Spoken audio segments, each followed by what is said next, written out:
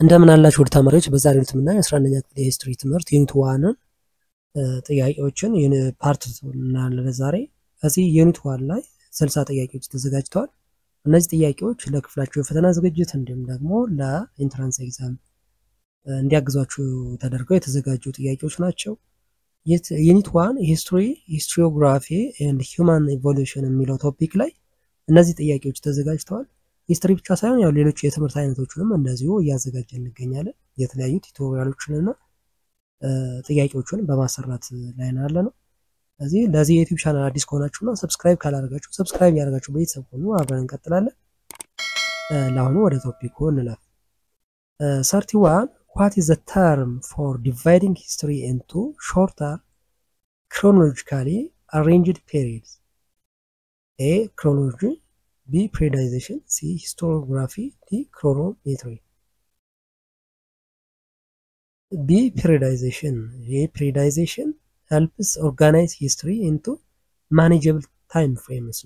ይሄ periodization ሲባል ማኔጅ የማድረግና ከዚህ እስከዚህ እንደዚህ አይነት ኢቨንት ከዚህ እስከዚህ እንደዚህ አይነት ኢቨንት ተከስቷል የሚለውን ማኔጀብል በሆነ እና በታይም ፍሬም ማስቀመጥ ነው periodization የሚባለው። 32 What marked the dividing line between prehistory and history? A. Development of agriculture, B.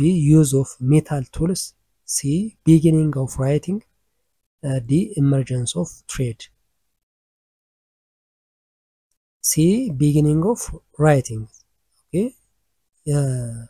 Writing began around 4000 BC ማለት ነው። Distinguishes prehistory from history. ሁለቱ prehistory እና history የተለዩበት ነው። ይሄ 4000 BC ማለት ነው።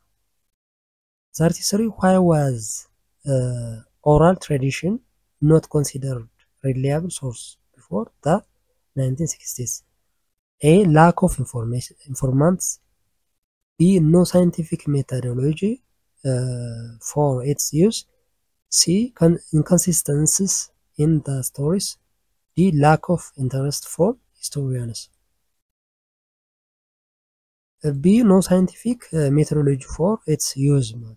የኦራል ትራዲሽን የሚባለው ሳይንቲፊካሊ ሰፖርት ስለማይደረግ ቢፎር 1960s ቢሊቭ አይደረግም ማለት ነው። ሪሊየብል አይደለም፣ የሂስትሪ ሶርስ አይደለም ተብሎ ምንድነው አጠራጣሪ ይሆን ነበር ማለት ነው። ሶ የሜትሮሎጂው ሳይንቲፊክ ሜትሮሎጂው ይህንን ኦራል ትራዲሽንን መጠቀም የሚያስችል ዴቨሎፕ ተደርጓል ከ1960 በኋላ ማለት ነው። 34 Which scholar wrote the first modern history of Ethiopia? A. Richard Pankhurst, B. Job Leodolf, C. Edward Alndorf, D. ኃይለ ሥላሴ። B. ጆብ ሩዶልፍ ነው። ጆብ ሩዶልፍ የኢትዮጵያን ሂስትሪ ፐብሊሽ ያደረገ በ1684 አካባቢ ማለት ነው። 35 The ancient period of Ethiopian history began with the process of state formation around A. 1000 BC, B. 2000 BC, C. 500 AD, D. 1500 AD. A. 1000 BC. Okay, Ethiopian state formation began around the 1000 BC. 36 What type of evidence in an eyewitness account? A. Secondary source, B. Primary source, C. Archaeological evidence, D. Tertiary source. B. Primary source ነው። በአይን የታየና ቦታው ላይ በእርግጠኝነት የሆነ provide direct observations of the events ታሪኩ ሲደረግ የነበረና በአይኑ ያየ ምን እንደምን ይቆጠራል እንደ primary source ነው። 37 Why does Ethiopian periodization differ from the other African countries? A. Lack of colonization by Europe, B.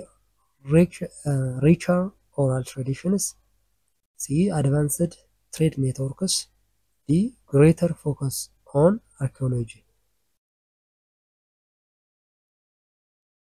A. Lack of ኮሎናይዜሽን ባይ ኢሮፕ ነው። በኢሮፕ ባለመገዛቷ ኢትዮጵያ ይሄ ፕሬዳይዜሽኑን ከዚህ እስከዚህ ሚል እንትን ለማስቀመጥ ምን ያደርገዋል ማለት ነው ይለያል ነው ከአፍሪካ።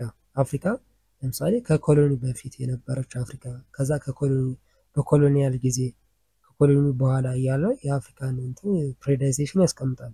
ኢትዮጵያ ግን እንደዛ የሚባል ታሪክ የላትም። ከኮሎኒ በፊት በኮሎኒ ጊዜም ከኮሎኒ በኋላም ተመሳሳይ እንትን ያላት ማለት ነው። ምክንያቱም ኮሎናይዜሽን ምንም ኢፌክት ስላልነበረው ኢትዮጵያ ላይ።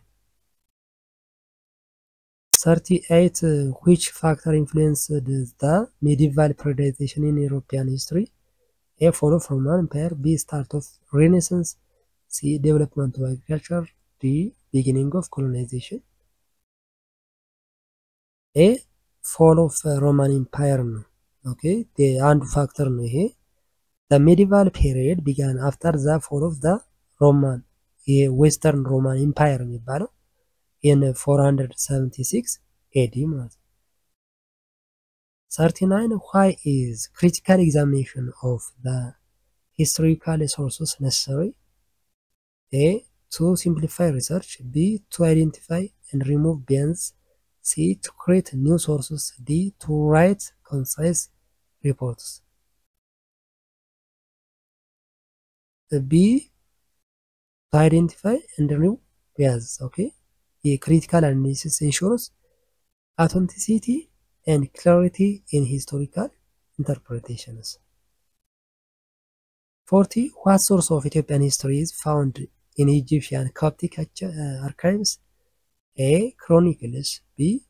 Economic records. C. Christian kingdom documents. D. Military treaties. C. Christian kingdom documents. Okay, these archives contain valuable records of the Ethiopian Christian kingdoms. About the Christian kingdoms የነበረ ዶክመንት ነው ማለት ነው። ይሄን ኢጂፕሽያን ኮፕቲክ አርካይቭ ውስጥ የተገኘው ማለት ነው።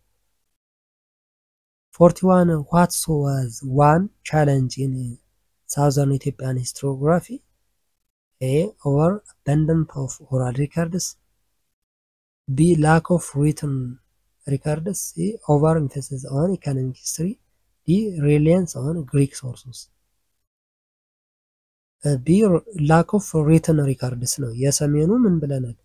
ሞር ኤምፋሳይዝ የሚያደርገው ወደ ሰሜኑ ነው ብለናል። የኢትዮጵያን ሂስትሪ ለምን ሪትን ሪካርድስ ስለሚገኝ ማለት ነው። ደቡብ ላይ ግን ላክ ኦፍ ሪካርድስ ነው። የእጥረት አለ፣ የተጻፈ ታሪክ እንደ ሰሜኑ አይሆንም ነው። 42 What year marked the end of the ancient period in Ethiopian history? A. 1000 BC. B. 1500 AD. C. 1855 AD.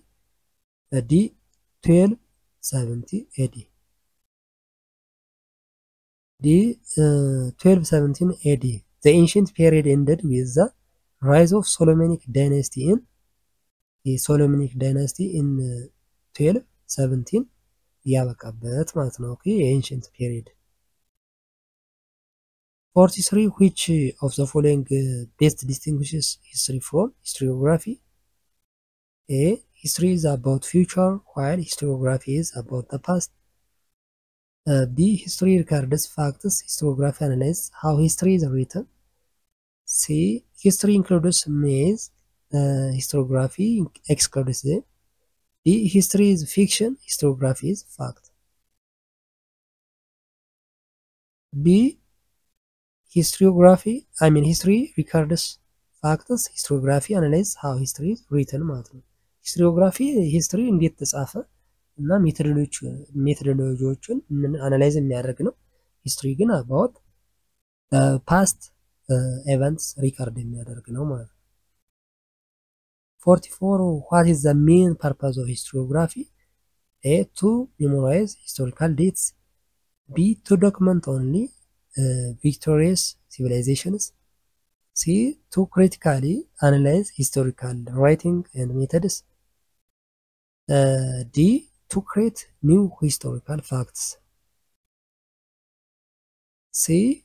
To critically analyze historical writing and methodologies ነው። የተለያዩ የሜቶዶሎጂዎችን ምን የሚያደርግ ነው አናላይዝ የሚያደርግ ማለት ነው። ሶ ሂስቶሪዮግራፊ ሄልፕስ አስ አንደርስታንድ ሃው ሂስቶሪካል ናሬቲቭስ አር ሼፕድ ባይ ታይም አይዲዮሎጂ ኤንድ ሶርስ የሚለውን የሚያጠናለን። 45 which of the following historians is known for introducing the scientific approach to history? Aristotle, Herodotus, Ibn Khaldun, D. Homer. C. Ibn Khaldun. Okay, Ibn Khaldun is recognized as the pioneer in historiography and sociology using የሳይንቲፊክ ሜቶድን የሚጠቀም ምንድነው ሂስቶሪያን ስለሆነ ማለት ነው። to analyze historical processes. 46 which statement is true about oral tradition in historiography? A. It's valuable for understanding culture with no written records. B. It has no role in modern historical writing. C. It's always more reliable than written records. D. It can be used to predict future events. A. It's valuable understanding cultures with no written records. ይሄ ኦራል ትራዲሽን የሚባለው ማለት ነው። ኦኬ 47 which hominid species is most directly associated with the emergence of the modern humans? Homo habilis, Homo erectus, Australopithecus afarensis, D. Homo sapiens. D. Homo sapiens ነው። Homo sapiens a species name for modern humans emerging approximately መቼ ነው ይሄኛው ሁማን የሰው ዘር ሁማን ስፒሺስ የነበረው? ከ200,000 ዓመት በፊት ማለት ነው። 48 the out of Africa theory suggests that የአውት ኦፍ አፍሪካ የሚለው ቲዮሪ A. human evolved independently in multiple regions. B. Homo sapiens first evolved in Asia. C. Modern human originated in Africa and then spread globally. D. Evolution occurred only in Europe. C. Modern human originated in Africa ነው የአውት ኦፍ አፍሪካ የሚለው ከአፍሪካ ወደ ሌላ ዓለም ነው ማለት ነው የሄደው። መጀመሪያ አፍሪካ ውስጥ ነበር፣ ከዛ ወደ ሌላው ዓለም ፈለሰና ሌላው ዓለም ጋር ተሰራጨ አይነት ነገር ማለት ነው። 49 which discovery best support the theory of human evolution? A. The stone pyramids in Egypt. B. Fossils of early hominid in East Africa. C. Bronze weapons in Mesopotamia. D. Ancient coins from Greece. B. Fossils of early hominid in East Africa. So fossils like those found in the Oldova Gorge support the evolutionary path of the human, especially in Africa ማለት ነው። ያለውን የአፍሪካን የሰው ዘር አመጣጥ የሚያሳይ ነው ይሄኛው ፎሲልስ ማለት። 50 which of the following traits is not typically associated with early Homo erectus? A. Use of fire. B. Walking upright. C. Creation of stone tools. D. Agricultural farming. D. Agricultural farming. Okay, agricultural developed much later during the Neolithic period. ይሄ አግሪካልቸር በኒዮሊቲክ ነው ኖት ዘ ሆሞ ኤሬክተስ በሚባለው ኤራ አይደለም ማለት ነው። 51 which evidence indicates the cognitive development of early humans? A. Migration of food for food. B. Use of animal hides. C. Cave painting and symbolic art. D. Living in trees. C.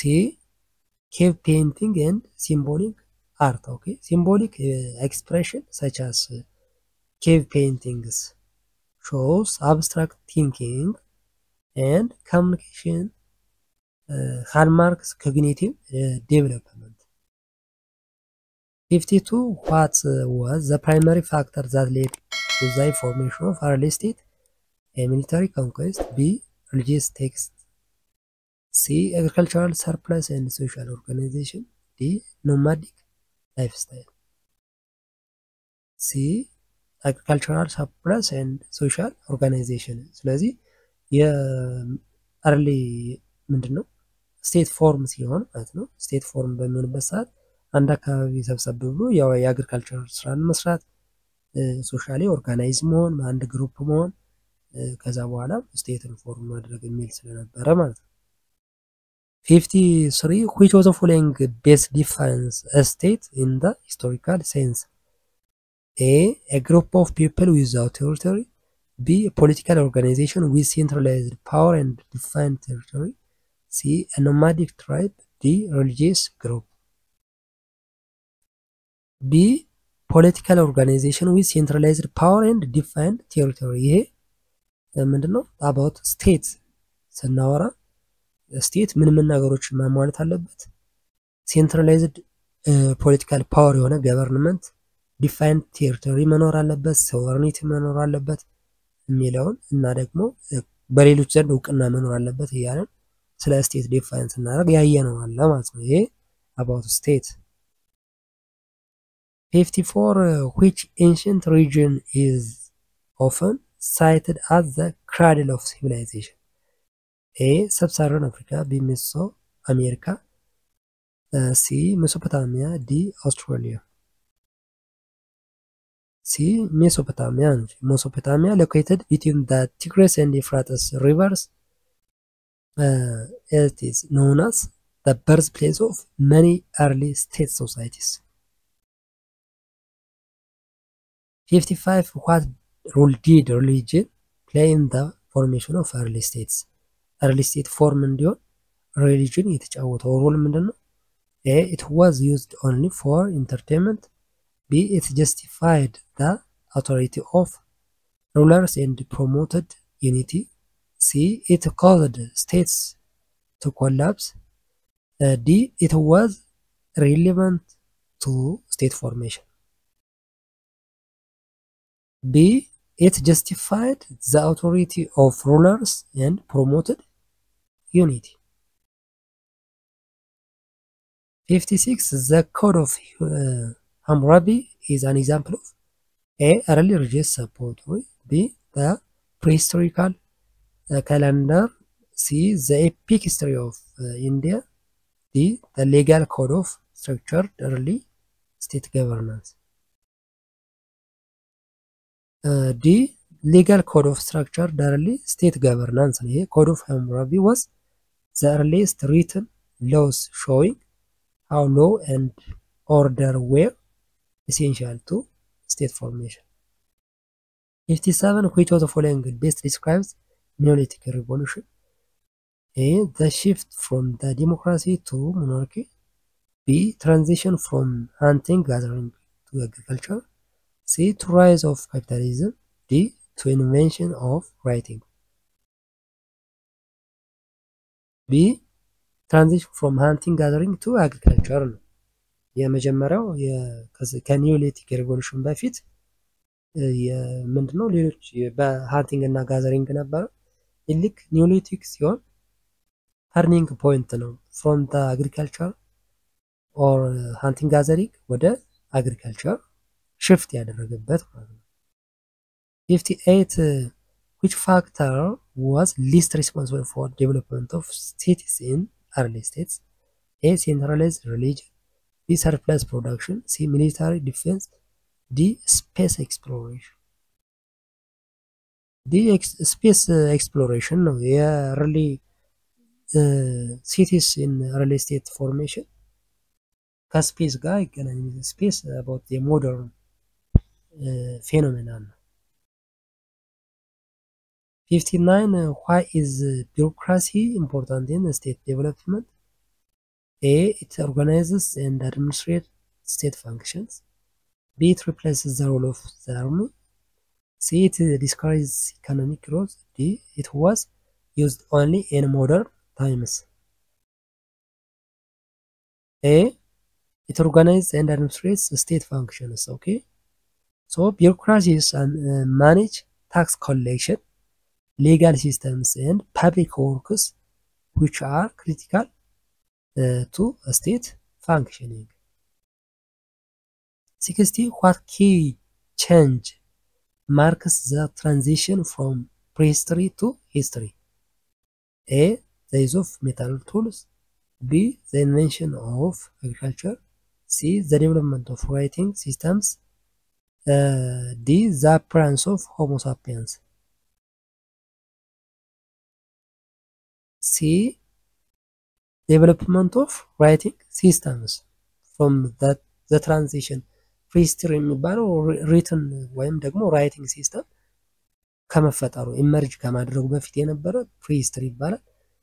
ራይቲንግ ሲስተም ከተፈጠረ ኢንቨንት ከተደረገ በኋላ ያለው ደግሞ ሂስትሪ ይባላል ማለት ነው። ኦኬ ስለዚህ ፕሪሂስትሪ ቱ ሂስትሪ ዘ ዴቨሎፕመንት ኦፍ ራይቲንግ ሲስተም ነው ማለት ነው አንዱ ፋክተር።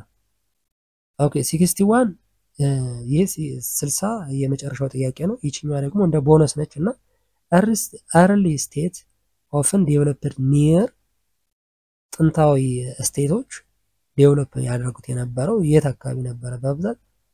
ኤ ማውንቴንስ፣ ቢ ሪቨርስ፣ ሲ ዴዘርትስ፣ ዲ ኦሽንስ ኦንሊ። እስኪ ይሄኛውን ኮሜንት ላይ ጻፉልኝ መልሱን የትኛው አካባቢ እንደነበረ ጥንታዊ ስልጣኔ በብዛት ተስፋፍቶ የነበረው ኮሜንት ላይ ጻፉልን መልሱን። ኤ ከሆነ ኤ፣ ቢ ከሆነ ቢ፣ ሲ ከሆነ ሲ ኦር ደግሞ ዲ ብላችሁ ከነ ማብራሪያ ኮሜንት ላይ ጻፉልን። እስካሁን በነበሩ ጥያቄዎች ዙሪያ አስተያየት ካላችሁ ኮሜንት ላይ ጻፉልን። ሂስትሪ ብቻ ሳይሆን ያው ሌሎች የትምህርት አይነቶችንም እንደዚሁ እያዘጋጀን እንገኛለን። ዩኒት 2 3 4 ያልን እንቀጥላለን። ቱቶሪያሎችንና ጥያቄዎችንም እንደዚሁ ማለት ነው። ለዚህ ዩቲዩብ ቻናል አዲስ ከሆናችሁና ሰብስክራይብ ካላደረጋችሁ ሰብስክራይብ ያደርጋችሁ ቤተሰብ ሆኖ አብረን እንቀጥላለን። በሚቀጥለው በሌላ ቶፒክ እስከምንገናኝ ሰላም ሁኑ።